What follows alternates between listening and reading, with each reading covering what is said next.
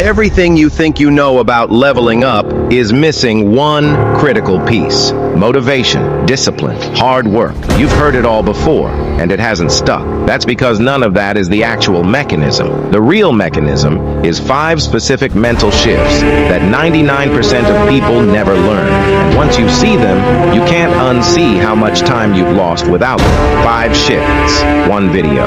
Let's begin. Most people think they need to become a different person before they can behave differently. They say, "I'm not disciplined. I'm not confident. I'm not intelligent enough. I'm just not that kind of person." And then they use those statements as evidence for why they shouldn't act. This creates something called identity lag. Your behavior is ready to change, but your self-image is still stuck in the past. Imagine someone who wants to become physically fit. They don't need to wake up one morning and magically believe they're an athlete. They simply need to start training. The identity comes afterward. The same applies to almost everything. Want to become disciplined? Stop asking yourself whether you're disciplined. Do the thing you said you would do. Want to become confident? Stop waiting to feel confident. Start behaving like someone who can handle discomfort. Want to become knowledgeable? Start studying before you feel intelligent. Your identity is not only something you discover, it is also something you build through repeated evidence. Every time you keep a promise to yourself, you give your brain another piece of evidence. I am someone who follows through. Every time you do something uncomfortable, instead of avoiding it, you create another piece of evidence. I am someone who can tolerate discomfort. Eventually, your self-image begins to change. Here is the part most people miss. Identity lag doesn't just delay your growth, it quietly justifies staying the same. Every time you say, "I'm not that kind of person," you're not describing a fact. You're writing a rule for your future self to follow. And your brain, without asking permission, starts enforcing that rule. It filters opportunities through it. It filters relationships through it. It filters risk through it. So the rule becomes a cage, and the cage becomes comfortable, and comfort becomes the thing you defend instead of the thing you outgrow. Breaking identity lag isn't about hype. It isn't about convincing yourself you're already someone else. It's about closing the gap between decision and action until there's nothing left for your old identity to argue with. So stop asking, "Do I feel like the person who can do this?" Ask, "What would that person do right now?" Then do it. Let your identity catch up. Most people don't fail because they never try. They fail because they repeat the same mistake for months without correcting it. They work, they wait, they hope, they try again, and they repeat. But high-level improvement works differently. You act. You observe the result. You identify what went wrong. You adjust. Then you act again. The shorter that loop becomes, the faster you improve. Think about learning a skill. Instead of spending 6 months practicing the same way, imagine testing yourself every week. What worked? What didn't? Where did you hesitate? Where did you waste time? What produced results? What produced nothing? Then you adjust immediately. This is how you turn experience into progress. Don't just collect effort. Collect information. Every mistake should teach you something. Every failure should produce a correction. Every attempt should make the next attempt slightly better. Most people treat feedback like an occasional event, something that happens once a year in a performance review, or once a decade in a moment of crisis. But feedback isn't supposed to be rare. It's supposed to be constant, almost boring, almost invisible,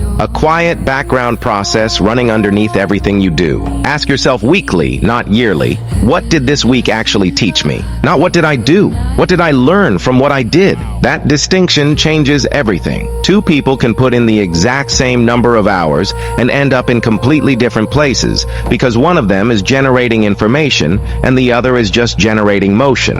And this applies to almost everything. Your work, your communication, your fitness, your studies, your business, your habits, your relationships, your content. The question isn't, how hard am I working? The better question is, how quickly am I learning from what I'm doing? Because 10 attempts with no reflection can teach you less than 3 attempts with brutal honesty. Don't become addicted to effort. Become addicted to feedback. Test, review, adjust, repeat. That's how progress begins to compound. This one is uncomfortable. Sometimes you don't need more motivation. You need fewer eyes on you. When everyone knows what you're trying to become, you start managing their expectations. You announce your new goal. You tell everyone about your new routine. You explain your plans. You post the transformation. And suddenly, you are not just trying to improve. You're trying to maintain an image of someone who is improving. That's a completely different game, because now failure doesn't just feel like failure. It feels embarrassing. You start thinking, what will they think? What if I quit? What if people notice that I'm struggling? So you protect your image instead of pursuing your growth. This is why some transformations happen faster in silence. There is a strange kind of freedom in being underestimated or simply unnoticed. Nobody is tracking your bad days. Nobody is comparing this week's version of you to last week's version of you. Nobody is waiting to see if you'll quit because nobody knows you started. That absence of observation isn't isolation. It's room to fail without an audience turning your failure into a story. You don't need to announce every goal. You don't need everyone to understand your direction. You don't need approval before you begin. Sometimes the best environment for transformation is one where nobody is watching. Work quietly, learn quietly, build quietly, experiment quietly, and let the results speak when they're ready. This doesn't mean isolating yourself or rejecting people who support you. It means protecting your growth from unnecessary social pressure. Because when nobody is watching, you are free to be terrible at something before you become good at it, and that's important. Growth is supposed to look messy, which brings us to the next principle. Your environment quietly teaches you what is normal. If everyone around you wastes their time, you may start believing wasting time is normal. If everyone around you avoids difficulty, you may start believing difficulty should be avoided. If nobody around you studies, nobody builds, nobody exercises, and nobody takes meaningful risks, your standards can slowly shrink without you noticing. You don't have to hate your current environment, but you do need to expose yourself to environments that expand your idea of what is possible. Read books written by people operating at a higher level. Study people who have mastered the skill you're trying to develop. Spend time around people who challenge your assumptions. Listen to ideas that make your current worldview uncomfortable. Expose yourself to higher standards, because your ceiling is often determined by what you repeatedly see. Imagine someone who has never met a disciplined person. They might think waking up early, training consistently, and working for years toward a goal is extreme. Then they meet someone who does it every day. Suddenly it becomes normal. Your environment doesn't just influence your behavior, it influences your definition of normal.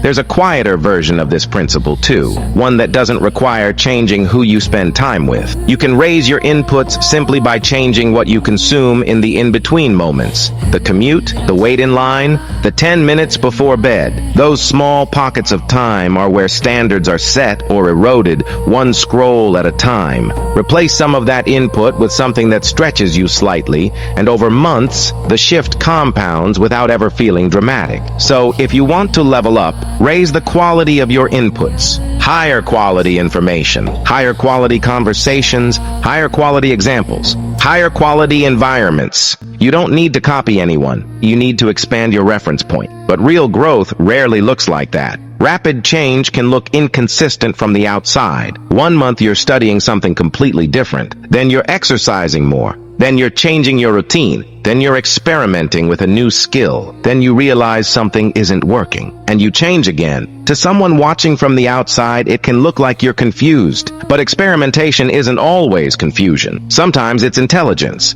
You are testing possibilities. The problem begins when you become more concerned with appearing consistent than becoming better. You stay with an ineffective strategy because changing your strategy would make you look uncertain. You keep defending an old version of yourself because admitting you were wrong feels uncomfortable. You refuse to change direction because other people already know you as a certain type of person. Don't do that. There's a specific kind of pride that keeps people stuck longer than almost anything else. The pride of not wanting to be seen changing your mind. It feels safer to keep doing the thing you already announced, even after you privately know it isn't working, simply because reversing course feels like admitting defeat. But reversing course isn't defeat. It's data being respected instead of ignored. You are allowed to outgrow your own decisions. You are allowed to change your mind. You are allowed to discover that something you believed 6 months ago was wrong. You are allowed to become interested in something new. You are allowed to rebuild your routine. The goal isn't to look consistent. The goal is to become effective. Consistency matters,